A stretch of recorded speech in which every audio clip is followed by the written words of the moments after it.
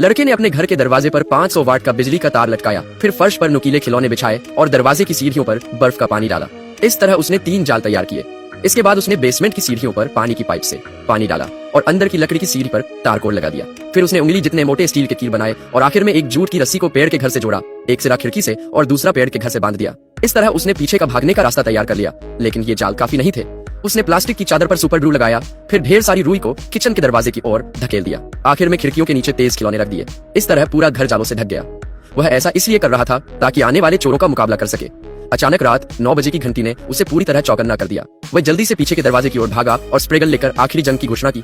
जैसा सोचा था, चोर समय पर पहुंच गए और पीछे के दरवाजे से घुसने की कोशिश करने लगे। केविन ने पहले हमला करने का फैसला किया। उसने स्प्रे गन को कुत्ते के रास्ते से बाहर निकाला और चोर के निचले हिस्से पर निशाना साधा।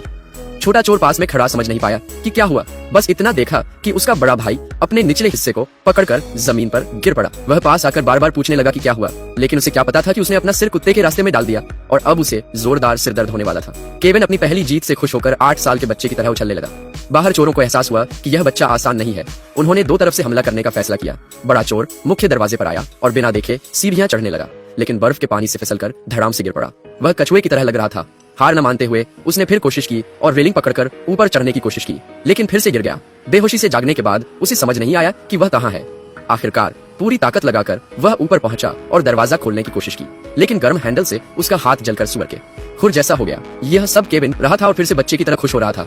बड़ा चोर समझ गया कि सामने का रास्ता काम नहीं करेगा, तो वह गुस्से में पीछे के दरवाजे पर लौटा। उसने सावधानी से दरवाजा खोला, लेकिन बिजली के तार से उसका सिर जल गया और वह गंजा हो गया।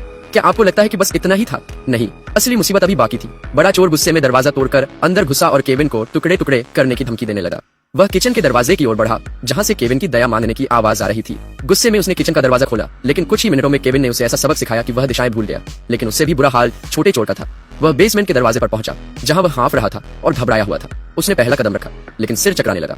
वह धीरे धीरे उठा और लोहे के हुक से सहारा लेकर अंदर देखने की कोशिश की, लेकिन एक कपड़ा उसकी नजर को रोक रहा था। कई कोशिशों के बाद उसने खुद को संभाला और हुक से दरवाजा खोलने की कोशिश की। पूरी ताकत लगाने के बाद भी दरवाजा नहीं खुला।